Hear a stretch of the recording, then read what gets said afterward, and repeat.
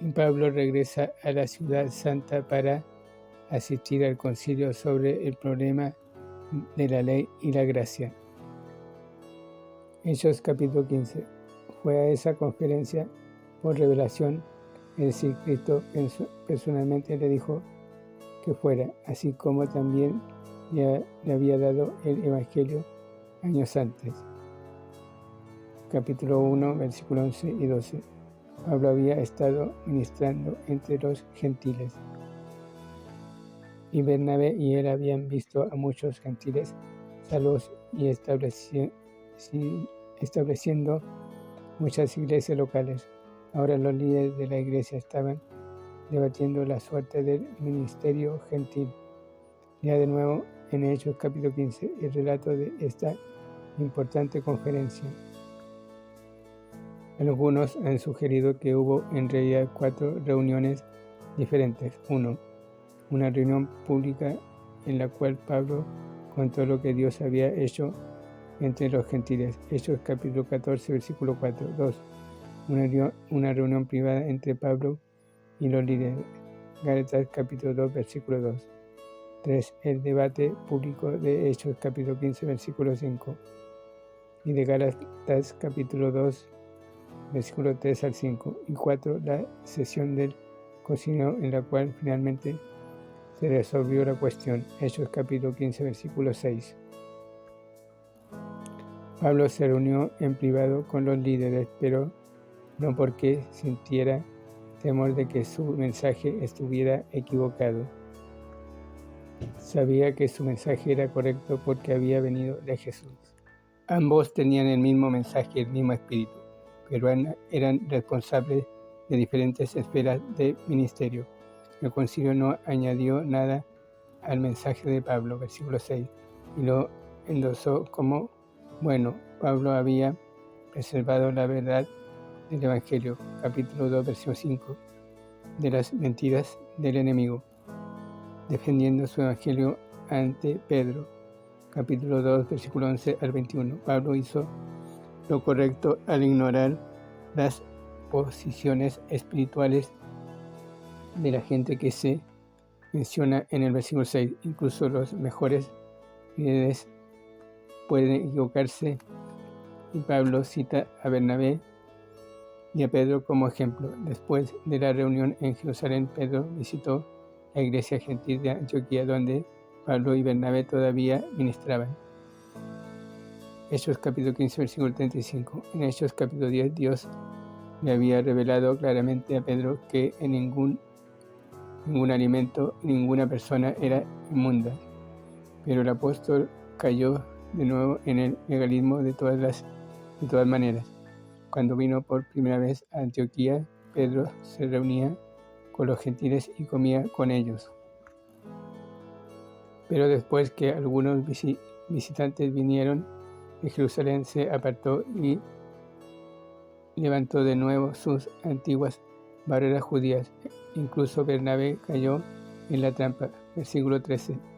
Asombrando a su compañero misionero, Pablo. La razón fue el temor. Versículo 12.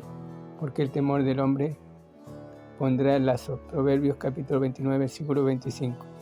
Pedro y Bernabé no estaban andando rectamente. Lo que creemos determina cómo nos comportamos. Debido a que Pedro y Bernabé estaban confusos en cuanto a la verdad espiritual, no podían andar en línea recta. La verdad del Evangelio no es algo para que la defendamos, versículo 5, sino algo para que lo practiquemos, versículo 14. En los versículos 14 al 21 encontramos un resumen de la reprensión de Pablo que le hizo a Pedro.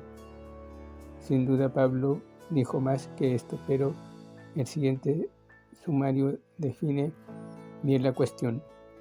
Tú eres judío, le dijo Pablo a Pedro, pero solías vivir como los gentiles, sin barreras entre ti y otros cristianos. Ahora quieres que los gentiles vivan como judíos, haciendo lo que ni siquiera tú mismo haces.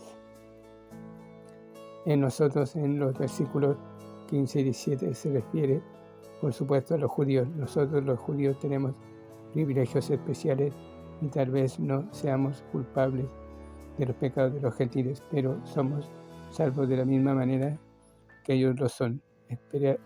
Esperaríamos que Pablo dijera: ellos deben ser salvos de la manera que lo somos nosotros, pero invierte el orden. La salvación no quiere decir que los gentiles se han convertido en judíos, sino que los judíos tienen que descender a nivel de los gentiles condenados. Somos justificados, recibir una posición correcta ante Dios por fe en Jesucristo. Arguye Pablo: las obras de la ley nunca justificarán a ningún hombre. ¿Fue salvo un judío alguna vez por guardar la ley? Por supuesto que no. En los versículos 17 al 18, Pablo mostró la necesidad de regresar a la ley. Dice que hemos sido salvos por la fe en Jesucristo.